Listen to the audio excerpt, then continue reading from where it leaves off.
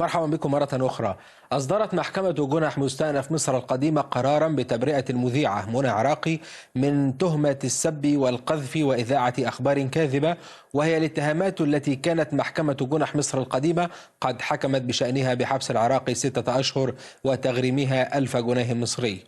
وتعود وقائع القضية إلى حلقة من برنامج المستخبي الذي كانت تقدمه العراقي، وعرضت فيه صورا ولقطات لشبان في أحد الحمامات الشعبية، وقالت إنهم كانوا يمارسون فيه علاقات مثلية جنسية، إلا أن محكمة جنح الإزبكية قضت ببراءة الشبان البالغ عددهم 26 شابا، وأقاموا دعوى سب وقذف ضد العراقي، وطالبوها بتقديم تعويض مادي لهم لتشويه سمعتهم.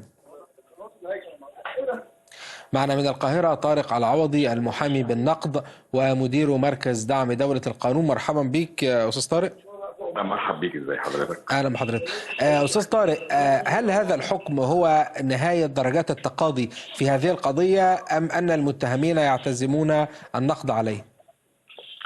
طيب بس اوضح في البدايه ان الحكم الصادر في محكمه جنح مصر القديمه كان بحبسها 6 اشهر وكفاله 1000 جنيه وتغريمها 10000 جنيه والزامها بان تؤدي 10001 على سبيل التعويض المؤقت. ده كان نص الحكم تحديدا.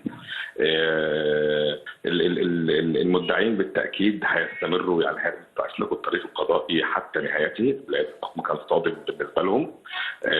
في جريمه وقعت على رؤوس الاشهاد شافها العالم كله وتناولتها كل وسائل الاعلام في مصر، واثارت استهجان ليس فقط المنظمات الحقوقيه ولكن حتى رجل الشارع العادي. اظهرت استهجان فنانين واعلاميين والصحفيين وكتبت فيها مقالات لانها كانت مثال واضح للانتهاك المهنيه والخروج على ميثاق الشرف الصحفي والاعلامي.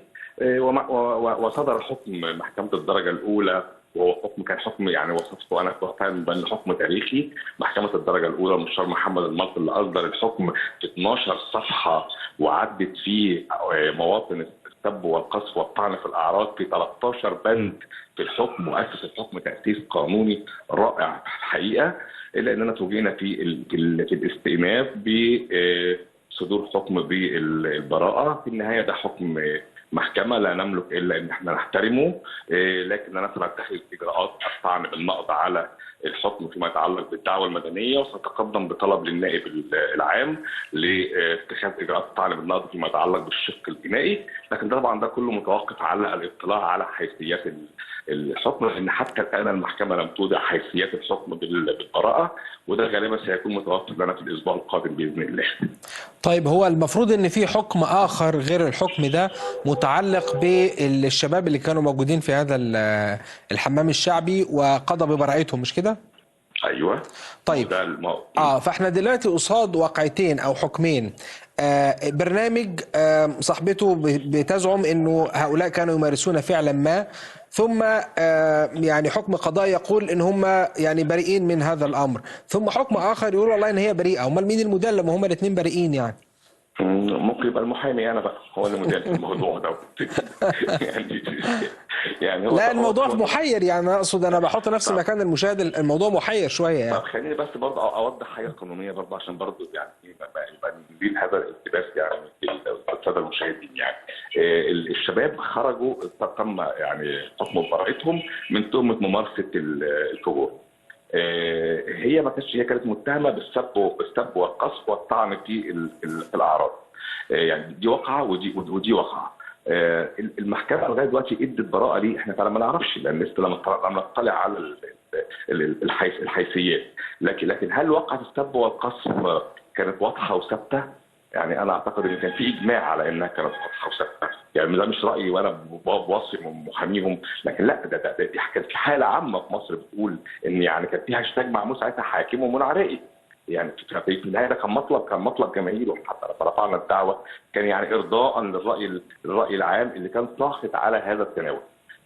يعني انا كل ما اخشى بس ان هذا الحكم يعمل جرأه لبعض الصحفيين او الاعلاميين اللي اعتادوا انتهاك الخصوصيه والاعتداء على حرمه الحياه الخاصه والطعن في الاعراض، ان هم يعني هذا الحكم يبقى حافز ليهم او تحريض ليهم على ان هم يرتكبوا هذه الافعال، زي ما شفنا وقعه احمد موسى مع المخرج خالد يوسف، واللي اثارت حاله من التخطيط في اوساط المجتمع المصري. انا شايف بس ان تداعيات الحكم ده خطيره، على خصوصا في ظل حاله الاعلام اللي موجوده دلوقتي، واللي فكره انتهاك الخصوصيه فيه والتشهير بالمواطنين الشرفاء بدون اي ادله اصبحت سمه سائده في الاعلام، او يعني في عدد من القنوات الاعلاميه في مصر. وبالتالي هو ده التخوف اللي عندي. لكن بالنسبه للناس، هم مصممين يستكملوا اجراءات القضائيه الى اخر درجه، وفي النهايه يعني اذا صفنا عداله الارض فتصفهم في النهايه عداله التمام. طب حضرتك متابع حالة هؤلاء الشباب، وقيل انه بعضهم يعني في واحد منهم حاول ينتحر بسبب يعني الضغط النفسي اللي عليه والتشهير اللي حصل الى اخره، احوالهم عاملة ازاي الان؟ هو طبعا يعني بعد الحكم بتاع اول درجه بتاع 6 شهور كان في حاله من المعنويات المرتفعه جدا عندهم، وانا حتى كنت ساعتها كتبت يعني ساعتها ان للضحايا ان يرفعوا رؤوسهم عليه. لان لما صدر حكم البراءه احنا كان راينا يعني في ثقافه مجتمعيه كده، للاسف الانطباع الاول يسود، وانه برغم البراءه لكن هتفضل النظره المجتمعيه، خصوصا ان كلهم بينتموا الى يعني مستوى متدني من المعيشه وفي احياء شعبيه وفي قرى، وهذا الموضوع بالنسبه لهم يعني صعب ان هو يتنسي او انهم لا يعيروا به. كان نتيجه دوت ان في احد الشباب اشعل النار بنفسه، تم حجزه في مستشفى قصر العيني بما يقرب من 3 شهور، لكن هو يعني الحمد لله طلع كويس وتمثل للشفاء تماما. وفي يعني احد شخص ثاني توفى، يعني طبعا هو شاب توفى من فتره طبيعيه، لكن يعني اهله وفق روايه شقيقه تحديدا يعني اخبار ان ده كان نتيجه انه يعني جاله حاله من الاكتئاب وقفل على نفسه لان بسبب نظره المجتمع له.